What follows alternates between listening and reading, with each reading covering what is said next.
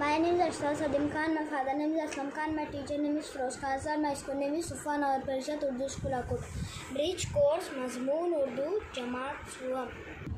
33वां दिन. एक जैसे हुर्फ की जोड़ियाँ लगाइए.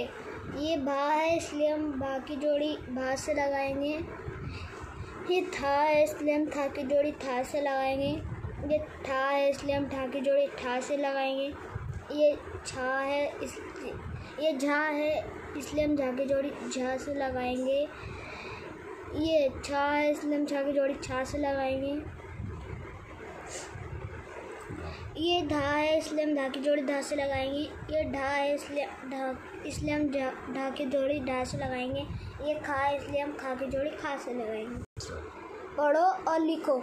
भा फा था था झा छा धा ढा रा ड़ा खा घा मा ना.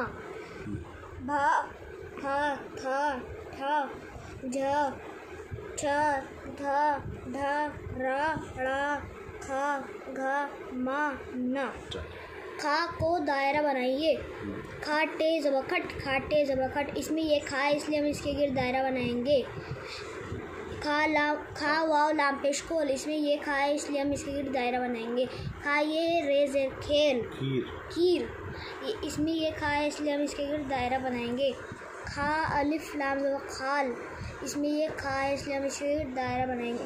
खा अलिफ टे ज़बर खाट. इसमें ये खा है इसलिए हम इसके गिर्द दायरा बनाएंगे. खा ये लाम ज़े खेल. इसमें ये खा है इसलिए हम इसके गिर्द दायरा बनाएंगे. अस्सलाम वालेकुम.